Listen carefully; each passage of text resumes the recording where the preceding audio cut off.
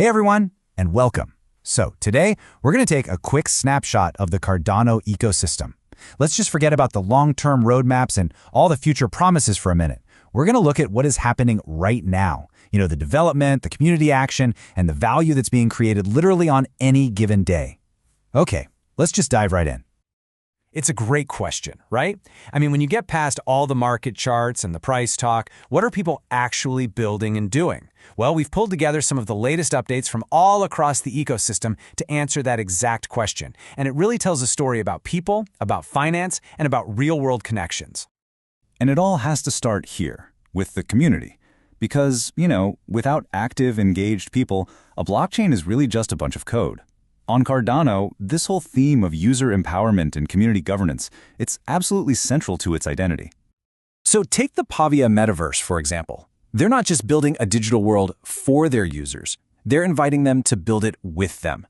They've just launched a community council, which gives landholders a direct voice, a way to advise the core team on huge decisions. That's a fundamental shift, You go from just being a consumer to being a co-creator. Now, what's really cool is how this whole idea of community control is even stretching into funding. The Lovelace Club has created this thing they call the Genesis Vault. And it's not some top-down accelerator where a little group of people gets to pick the winners. No, it's the exact opposite. The whole process is actually pretty simple, but it's incredibly powerful. Anyone, literally anyone in the community can propose an idea.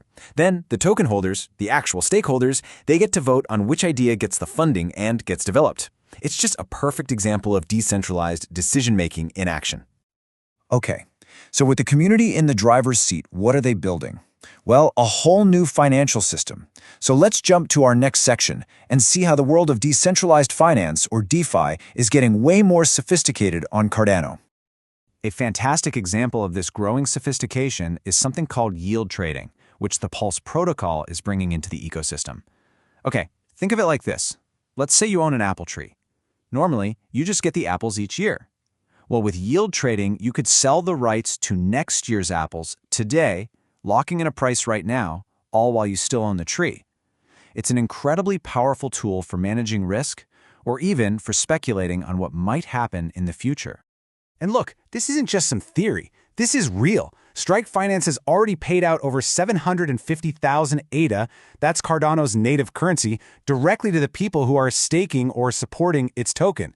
They're on track to dish out 1.5 million ADA in their first year alone. The bottom line is, these systems are generating and distributing real returns to participants as we speak.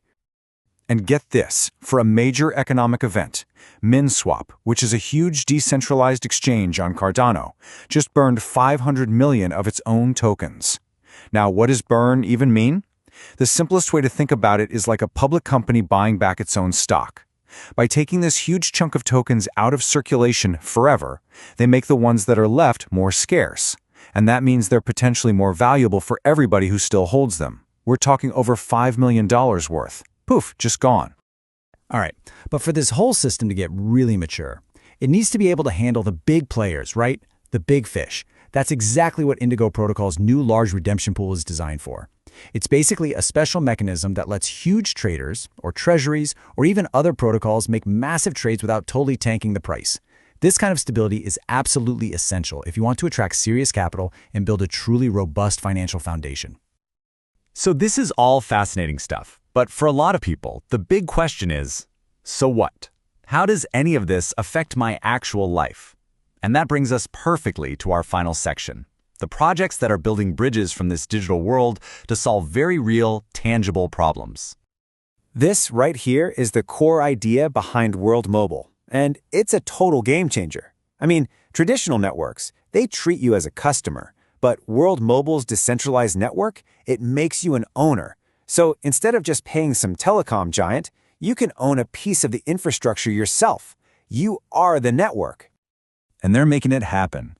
They've launched a reloadable debit card you can use for everyday payments. They've partnered up with Macro so token holders can borrow stablecoins against their holdings without having to sell them.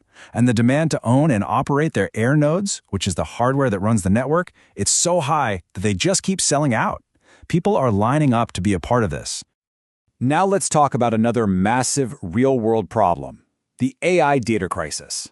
You've got AI models being trained by scraping just unbelievable amounts of data from the internet, a lot of the time without permission or paying for it. This has led to lawsuits, it's caused publishers to lose tons of revenue, and it's creating a world where it's becoming almost impossible to know if what you're looking at is original or just AI generated. So what's the fix? Well, a solution being built on Cardano comes from a project called Newcast. They're creating a system called NewAuth, and its entire purpose is to use the blockchain to create this unchangeable record of content creation. It protects originality and makes sure that creators can actually prove ownership of their work in this new age of AI.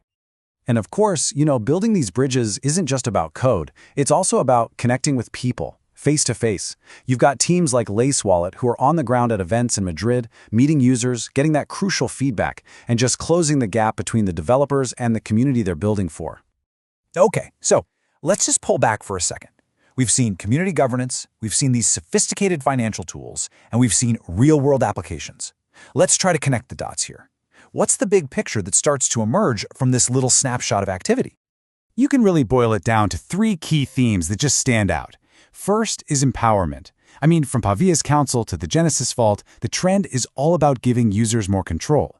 Second, economic sophistication. Tools for things like yield trading and handling large-scale liquidity, they show that the financial engine is really starting to mature.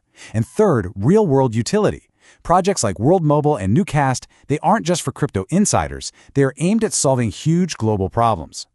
And all of that leaves us with one final, and I think crucial question to think about. What we're witnessing is this massive experiment happening in real time.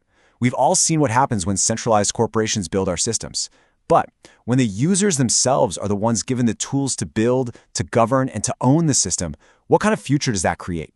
That's what's being decided right now, one busy day at a time on Cardano. Thanks for tuning in.